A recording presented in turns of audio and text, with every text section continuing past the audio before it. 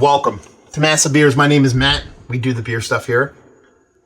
A little bit of Firestone Walker boxed, full goodness, in the form of their 2023 double DBA. Batch 10,000. Number 4 vintage number 4, whatever. This is an Imperial Special Bitter Ale aged in bourbon barrels at 12%. So you're talking about a batch stuff. I've reviewed actually their just base DBA. I want to say it was like one of the first beer reviews I've done, like in the first 100 beer reviews I ever did. We're pushing 5,000, so that was quite a long time ago. But I've never had this. I know they brewed it before, but again, you get storytelling in the back. Let's just cut to it. Do they still include the little leaflet things in these things? I don't know if they do. Let's get the beer out of here so I'm not tossing it around while I'm reading. I think they ditched the paper. They did. Okay.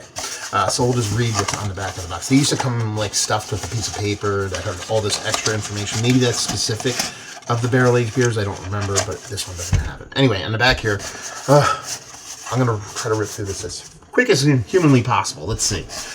Take my glass off. It's long. Our brewery began in 1986. I'm going to skip that part. And they talk about making their vintage series. Welcome to a special edition of the beer that started it all for Firestone Walker, DBA.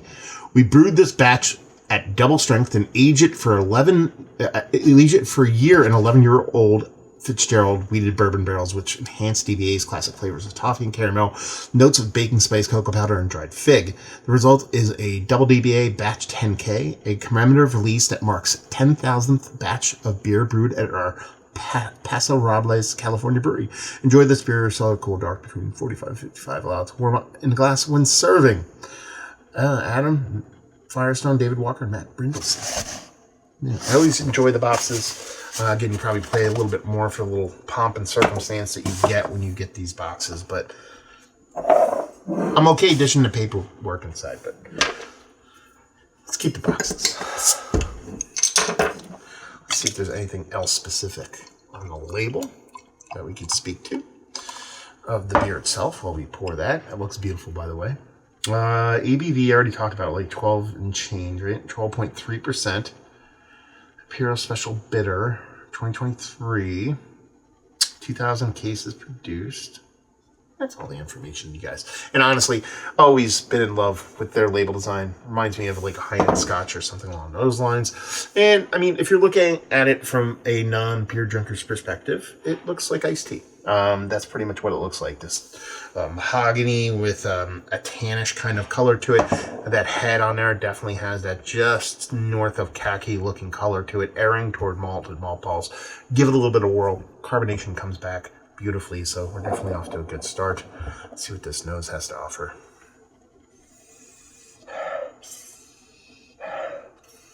Yeah, honestly, they talk about a doubled English bitter, age in wheated whiskey barrels.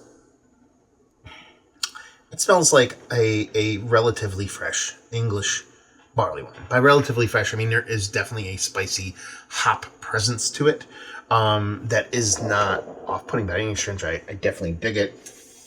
You get this maltiness, this Maris Otter, this rich malt mixture on top of this caramelly toffee jammy kind of nose that I think is in both a combination of the beer age and the spirit in there.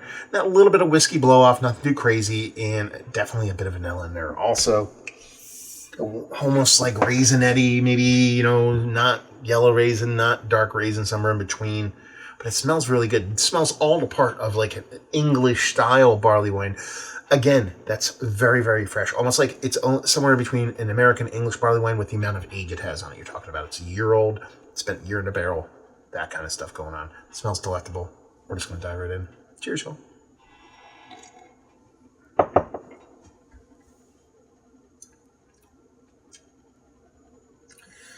Man, that's good. Good God. That is freaking delicious. Wow.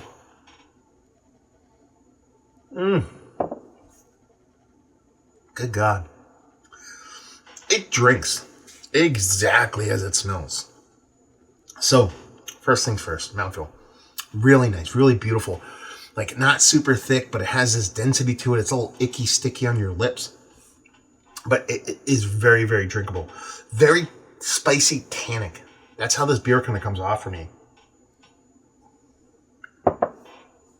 Those English hops, in combination, what I assume is some of that wheated rye, or wheat whiskey, sorry, has this spiciness to it that just has this tea bag tannic, but a little bit of orangey pekoe kind of vibes to it. It's not like straight on British tea. Well, British tea is black tea and orange pekoe. It's probably a little leaning more like the orange pekoe, so there's a little bit of fruitiness in there too, which I really, really dig. And fruit could be coming from the spirit too.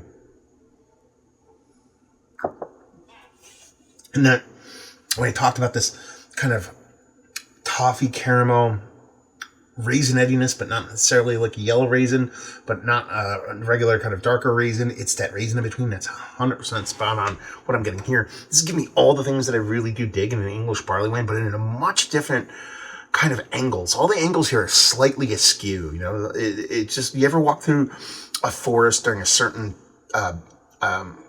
like time of day, and the light just scatters really weird in the forest just because of the way the angle is and stuff. It's like, and it's such a weird analogy to throw out of left field, but it's like that. It's got all the DNA of what I enjoy about an English barley wine. It's just, the hops are a little bit spicier, the whiskey's a little bit fruitier, or the hops even a little bit fruitier. The way that raisinettiness kind of comes off, and it's not full-on raisinettiness, but it's getting there. It's like a sugar daddy coated in that raisin, or that's not so rich and dark, but not all the way kind of light and yellow. Very cool flavor profile all across the board. And it's multiple levels, multiple different flavors all across the place. Man, this is really good. This is really, really good. I'm not surprised. You know, it's Firestone Walker.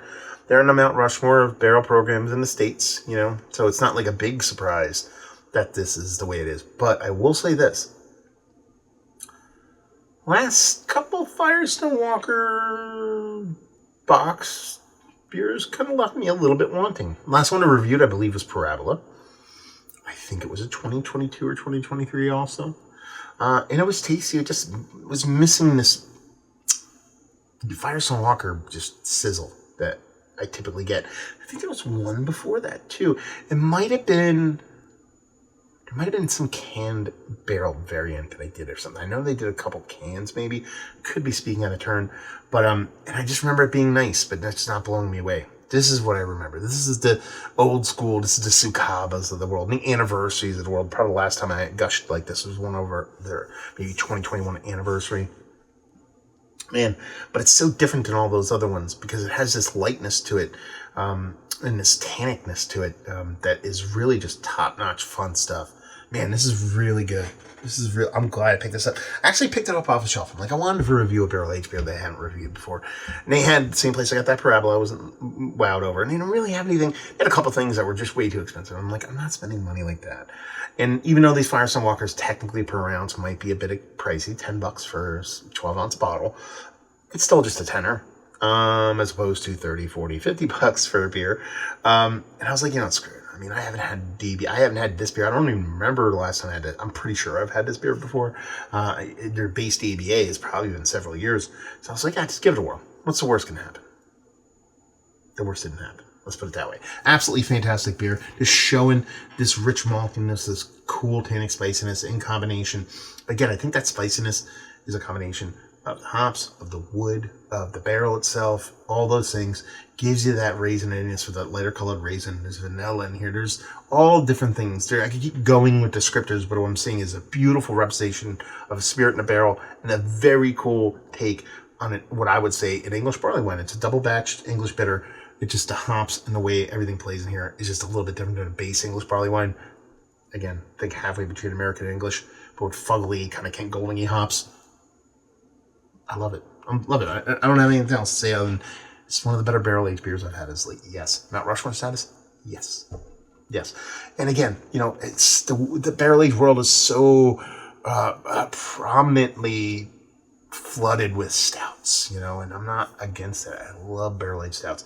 But these are the things that tickle me pink. Old ale, English barley wine, you know, special bitter double back bitter stuff like this. I dig on those styles, and for someone to produce something of this quality, I'm always going to be a gusher over. So it's definitely Mount Rushmore status. Valued availability, $10 off shelf. I can find it at several different places and leave you with. If you like what we like this beer, if you like all the words I said, English barley wine, you like a little bit of tannin hops, and you love marrying a barrel and a beer, you'll dig this beer for sure. For show. Firestone Walker. You've been to the brewery? Have you had their beers? Have you had this beer? What? Have you had this beer? Very importantly, 2020 version or others. Let's talk about it down there. What is your favorite Firestone Walker beer? It's got to be old school Cicaba for me. It honestly.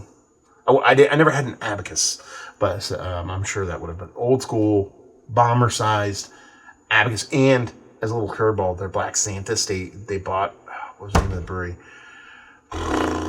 They bought a brewery, Humboldt Park? That could ring a bell, maybe? And they owned it for a couple years and then sold it. And during the years they owned it, they brewed their barrel-aged version of Black Santas the way they brewed these things, and those things were killer. Anyway, down there, let's talk about all the things in the world. Hopefully you enjoyed the review. Hopefully you enjoyed a little bit of Firestone Walker right now. And hope to see you next time. Cheers, y'all.